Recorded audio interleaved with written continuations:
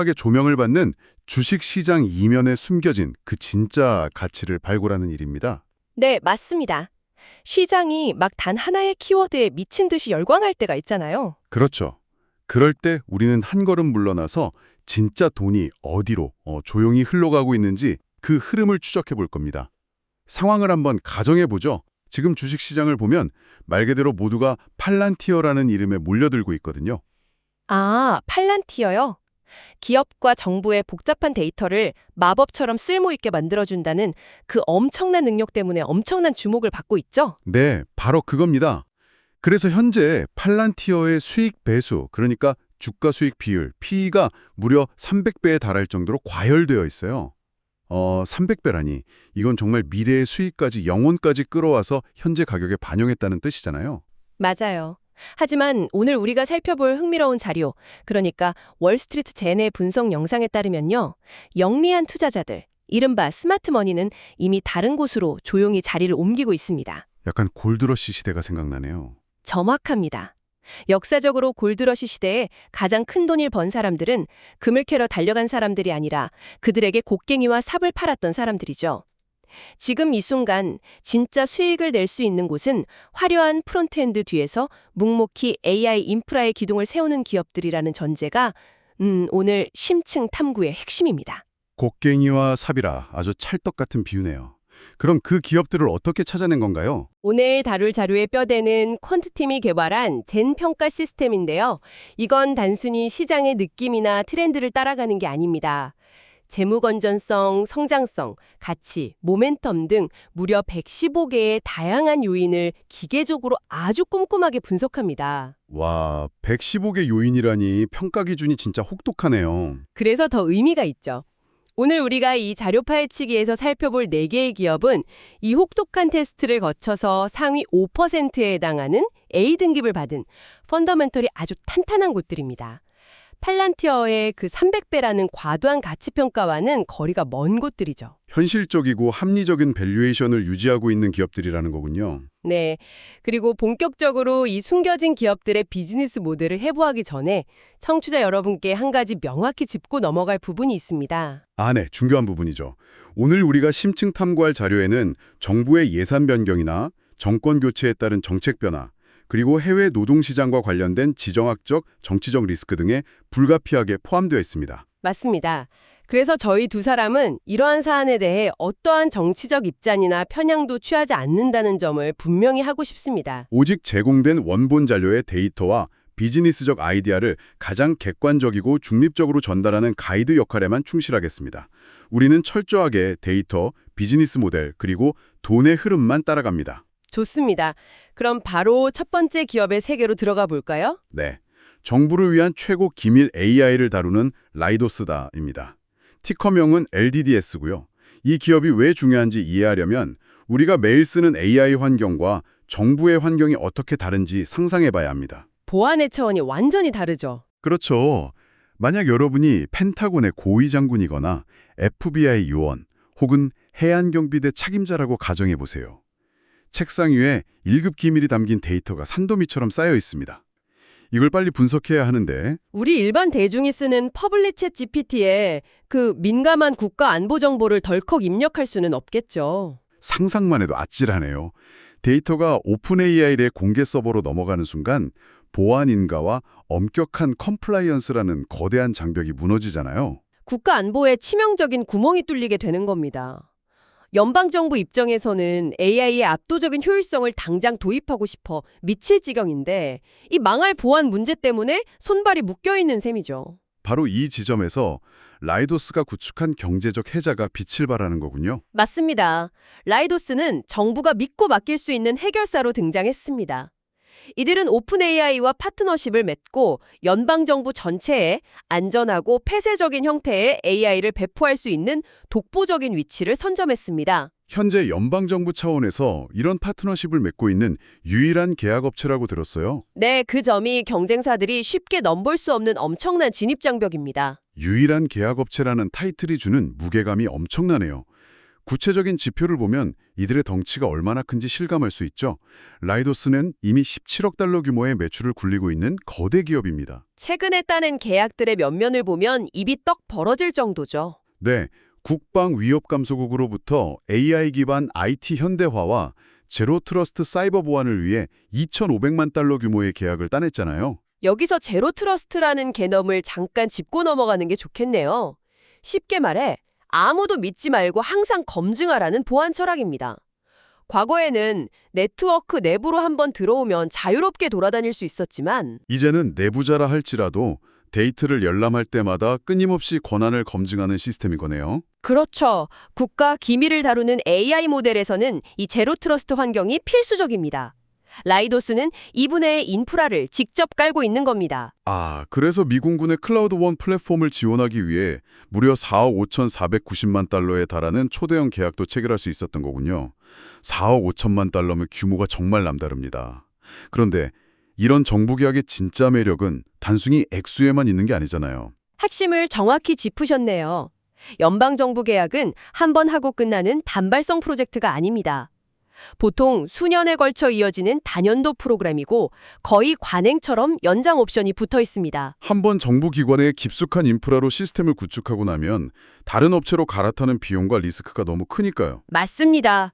이른바 고착성이 엄청나게 강해집니다.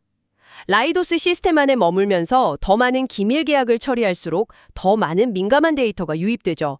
그리고 이 데이터는 외부로 유출되지 않은 채 라이도스 내부의 AI 모델을 지속적으로 향상시키는 데 쓰입니다. 경영진은 이를 노스스타 2030 전략이라고 부르더라고요.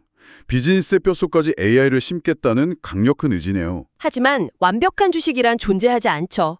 리스크도 객관적으로 점검해봐야 합니다. 맞습니다. 긍정적인 면부터 짚어보자면 앞서 말한 팔란티어가 300배의 프리미엄을 받고 있을 때 라이도스의 PE는 17배 수준입니다.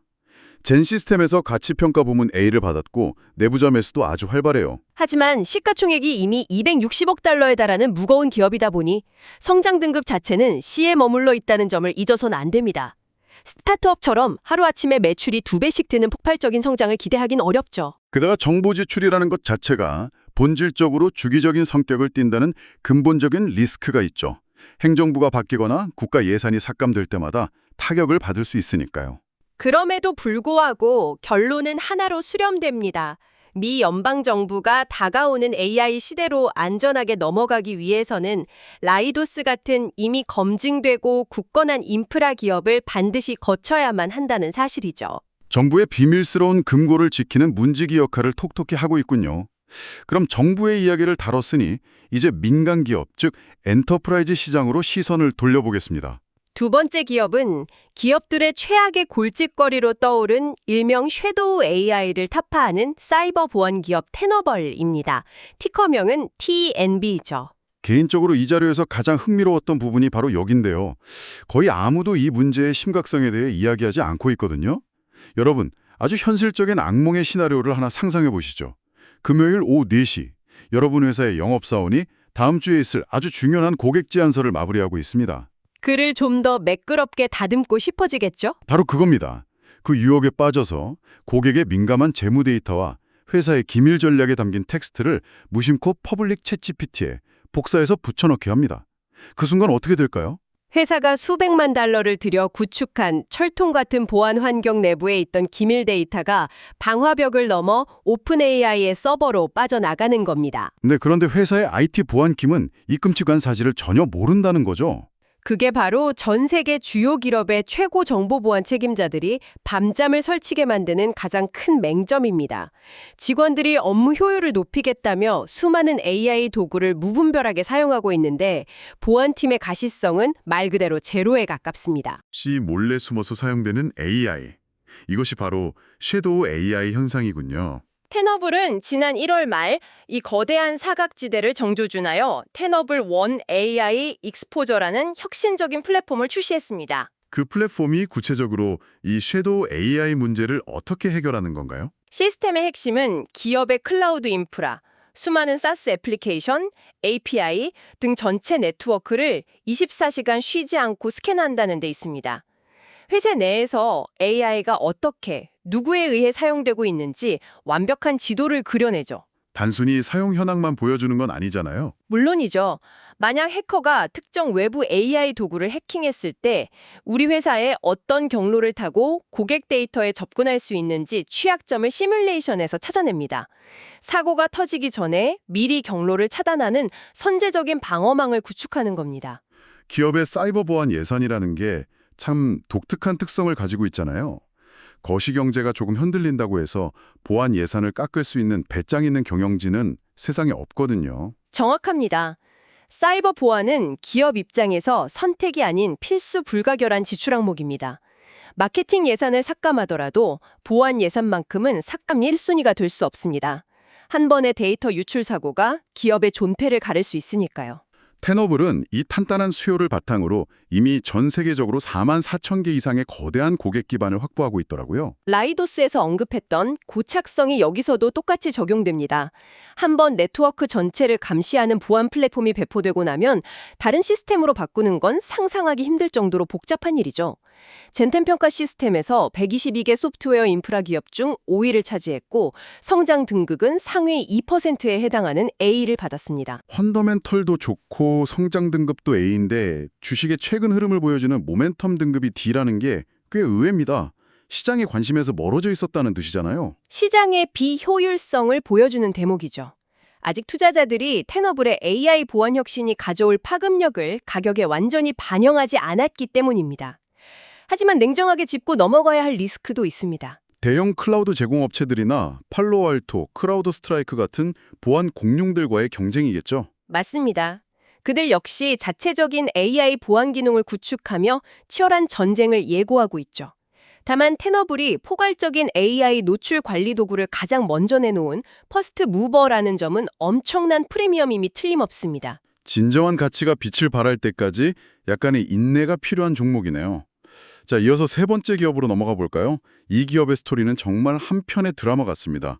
콜센터 산업의 화려한 부활을 알리는 파이브나인, 티커명 FYVN입니다. 최근 몇 년간 시장 심리의 극단적인 롤러코스터를 탔던 주식이죠. 네, 2021년만 해도 주가가 $200를 넘나들었는데 챗 GPT가 등장하면서 AI가 콜센터 상담원들을 다 해고할 것이라는 공포가 시장을 지배했어요.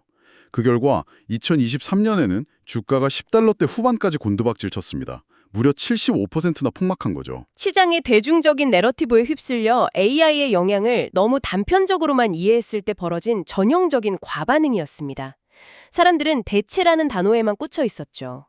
하지만 파이브나인은 이를 비즈니스 모델을 완전히 혁신하는 기회로 바꿨습니다. 구글 클라우드의 제미나이 AI와 파트너십을 맺고 지니어스 AI라는 새로운 플랫폼을 탄생시켰다고 들었습니다. 네. 과거에는 AI가 일자리를 빼앗아 회사를 망하게 할 거라 생각했지만 파이브나인의 모델은 전혀 다른 방향이었습니다. 고객이 전화를 걸면 일단 AI가 전화를 받아서 단순 문의를 30초 만에 완벽하게 처리합니다. 단순한 챗봇 수준이 아니라 복잡한 문제의 경우에는 즉시 모든 맥락을 담아 자연스럽게 인간 상담원에게 넘긴다는 게 놀랍더라고요. 인간 상담원에게 넘어간 다음에 과정이 진짜 핵심이죠. 맞습니다. 인간 상담원이 통화를 이어받는 순간부터 AI는 뒤에서 조용히 코칭 모드로 돌입합니다. 고객의 목소리 톤을 분석해서 화가 난 상태인지 파악하고 최근 상담 내역을 바탕으로 10% 할인을 제안하라는 식의 지시를 실시간으로 띄워줍니다. 인간의 공감 능력과 AI의 압도적인 데이터 분석 능력이 결합하는 거네요. 정말 완벽한 시너지입니다. 그런데 비판적으로 짚어볼 게 있어요. 기술이 좋아도 결국 돈을 어떻게 버느냐가 문제잖아요. 과거에는 상담원 머릿수당 $50씩 과금했는데 AI 때문에 직원이 줄어들면 수익도 줄어드는 거 아닌가요? 그게 바로 시장의 75% 폭락을 만들어낸 이유였죠. 하지만 경영진은 과금 방식을 전통적인 상담원 인원당 모델에서 AI 상호작용 횟수에 따른 사용량 기반 모델로 완전히 뜯어고쳤습니다. 아, 기업이 AI를 더 많이 사용할수록 파이브나인에 더 많은 돈을 지불하게 만든 거군요. 네. AI가 일할수록 고객 기업의 효율성은 높아지고 파이브나인의 수익은 폭발적으로 늘어나는 완벽한 윈윈 구조입니다. 와, 과금 구조를 바꾼 게 정말 신의 한 수였네요. 지표를 보면 현재 파이브나인의 AI 관련 수익이 전년 대비 40%나 폭풍 성장하고 있습니다. 1억 5천만 달러 규모의 자사주 매입도 발표했고요. 뱅가드나 블랙록 같은 스마트머니들도 대거 유입되고 있죠. 바닥을 친 10달러대 주가에서 턴어라운드 스토리가 성공하기만 한다면 상방 잠재력이 어마어마한 비대칭적 베팅이 성립되는 겁니다. 하지만 역시 리스크 팩터가 존재하겠죠. 우선 모멘텀 등급이 F라는 점입니다. 주가가 많이 하락해서 일반 투자자들이 선뜻 손을 내밀기 꺼려하는 저항선이 강하죠. 마이크로소프트나 아마존 같은 거대 클라우드 플랫폼들과의 피 터지는 경쟁도 무시할 수 없고요. 새로운 CEO의 실행 리스크도 남아있지만 그래도 펀더멘탈 지표가 탄탄해서 긍정적인 면도 분명 있네요. 자, 이제 대망의 1위 기업을 만나볼 시간입니다. 오늘 심층 탐구의 하이라이트이자 상위 1%에 빛나는 압도적인 기업, 바로 아이벡스입니다. 티커명은 IBEX고요. 전 세계 30여 개 시설에서 약 3만 명의 직원을 거느린 업무 처리 아웃소싱, 소위 BPO 기업이죠. 우리가 카드사나 통신사에 전화했을 때 친절하게 응대하는 지구 반대편의 콜센터, 그곳이 바로 아이벡스일 확률이 높다는 거잖아요. 맞습니다. 파이브나인이 소프트웨어 인프라를 깐다면 아이벡스는 실제로 수만 명의 직원을 두고 전화를 응대하는 비즈니스를 합니다. 전통적이고 지루하게 여겨졌던 산업이 AI라는 날개를 달았을 때 어떻게 진화하는지 보여주는 완벽한 사례죠. 과거의 BPO 산업은 철저하게 인건비 싸움이었잖아요. 그래서 다들 AI가 등장하면 이 거대한 콜센터 회사들이 멸종할 거라고 생각했죠. 하지만 아이벡스는 시장의 예상을 비웃듯 인간 상담원의 능력을 한계치까지 끌어올려 초인으로 진화시키는 길을 택했습니다. 초인이라 기술적으로 어떤 마법이 일어나는 건가요? 예를 들어 미국의 고객이 스페인어로 전화를 걸어옵니다. 전화를 받은 필리핀의 상담원은 스페인어를 전혀 모르지만 모니터 화면에는 고객의 음성이 실시간으로 완벽한 영어 텍스트로 번역되어 나타납니다. 150개 이상의 언어를 실시간 지원하죠. 언어의 장벽을 완전히 허물었네요. 게다가 AI가 고객의 불만 유형을 분석해 최적의 답변 스크립트를 미리 제안해 줍니다. 통화가 끝나면 핵심 내용을 요약해서 저장하고 상담원의 업무 태도까지 시치화하여 코칭하죠. 전 세계 어디서든 가장 저렴한 인력을 고용해서 서비스를 제공할 수 있겠네요. 마진이 크게 개선될 텐데 진짜 무기는 데이터라고 들었습니다. 정확합니다. 아이벡스는 매년 전 세계 고객들과 무려 1억 7,500만 건의 상호작용을 처리합니다. 이 방대한 데이터가 끊임없이 아이벡스의 자체 AI 플랫폼을 통과하며 훈련됩니다. 1억 7,500만 건이요? 폭포수처럼 쏟아지는 데이터네요. 분노한 고객에게 어떤 뉘앙스의 답변이 효과적인지 AI가 스스로 딥러닝하며 무섭도록 똑똑해집니다. 신생 경쟁사가 단기간에 따라잡는 것은 불가능에 가깝죠. 이것이 바로 아이벡스가 구축한 난공불락의 데이터 해자입니다. 정말 강력한 무기네요. 최근 대기 시간이 길기로 악명 높은 정부기관들로 서비스를 확장하고 있다던데 재무지표도 압도적이더라고요. PE가 약 11배 수준밖에 안 됩니다. 패그 비율도 짚어보고 싶군요. 패그 비율이 1.0 미만이라는 건 아주 중요한 의미를 갖습니다. 기업의 향후 성장 속도까지 고려했을 때 우리가 이들의 폭발적인 미래 성장성을 지금 할인가에 사고 있다는 뜻이죠. 가치평가 부문에서 A를 받은 이유입니다. 모든 게 완벽해 보이지만 투자자로서 리스크도 봐야겠죠. 물론입니다. 수익의 많은 부분을 값싼 해외 노동력 풀에 의존하고 있어 지리적, 경제적 리스크를 배제할 수 없습니다. 콘센트릭스나 티텍 같은 대형사들과의 경쟁도 치열해지고 있고 모멘텀 점수도 상대적으로 약합니다. 그래도 오늘 다룬 기업들 중 가장 강력한 해자를 가진 곳은 분명해 보입니다. 자, 오늘 우리는 단순히 팔란티어라는 화려한 이름 하나에만 목매는 대신 AI 인프라 문제를 해결하는 4가지 기업들을 다각도로 살펴보았습니다. 정부 데이터를 지키는 라이도스, 섀도우 AI를 덮어주는 테너블, 산업 패러다임을 바꾼 파이브나인과 아이벡스까지 모두가 조명 밖에서 묵묵히 튼튼한 곡괭이와 삽의 역할을 하고 있죠. 이 기업들이 보여주는 행보가 단순히 주식 주원을 넘어서는 것 같아요. 맞습니다. 세상의 모든 전통적인 산업이 AI를 현실로 수용하고 실질적인 인프라로 만들어가고 있는지 그 거대한 패러다임의 변화를 생생하게 보여줍니다. 단순히 챗봇 하나 도입하는 수준을 넘어서서 근본적으로 재설계하는 기업만이 승자가 될 것입니다. 오늘 탐구가 여러분의 해상도를 더 선명하게 만들어 주었기를 바랍니다. 자, 이제 심층 탐구를 마무리하며 여러분의 뇌리에 남겨둘 서늘한 질문 하나를 던지고 싶습니다. 오늘 우리는 아이벡스와 파이브나인을 통해 AI가 인간을 도와 효율을 극대화하는 따뜻한 비즈니스 모델을 확인했습니다. 인간과 AI의 완벽한 공존처럼 보였죠. 맞습니다. 하지만 한 번 더 먼 미래를 냉정하게 생각해 보시죠. 매년 수억 건에 달하는 그 엄청난 데이터가 AI를 완벽히 가깝게 조율하고 있습니다. 언젠가 그 데이터 해자가 임계점을 돌파하는 순간이 필연적으로 오지 않을까요? 인간을 돕기 위해 축적된 그 막대한 노하우와 데이터가 결국 어느 순간 임계점을 넘어서는 순간 말이죠. 네, 결정을 내리고 책임을 지는 루프 안에 인간 자체를 완전히 불필요한 존재로 만들어버린다면 어떻게 될까요? 그렇다면 오늘 우리가 극찬했던 그 인간 중심 아웃소싱 기업들의 미래는 또 다른 파괴적 혁신의 함정에 직면하게 될지도 모릅니다. 스스로의 대체제를 스스로 훈련시키고 있는 것일지도 모른다는 역설이네요. 내일 아침 출근해서 여러분의 업무를 친절하게 도와주는 AI를 마주할 때 한번 자문해 보시기 바랍니다. 이 훌륭한 AI는 지금 당신의 업무를 성실히 돕고 있는 걸까요? 아니면 훗날 당신 없이 완벽하게 일하기 위해 당신의 노하우를 배우고 있는 걸까요? 기술의 발전이 던지는 참 무거운 숙제입니다. 늘 그렇듯 기술은 질문을 던지고 해답을 찾는 것은 우리의 몫입니다. 오늘 준비한 심층 탐구는 여기까지입니다. 끝까지 함께해 주신 여러분 진심으로 감사드립니다. 다음에도 날카롭고 흥미로운 자료들과 함께 돌아오겠습니다.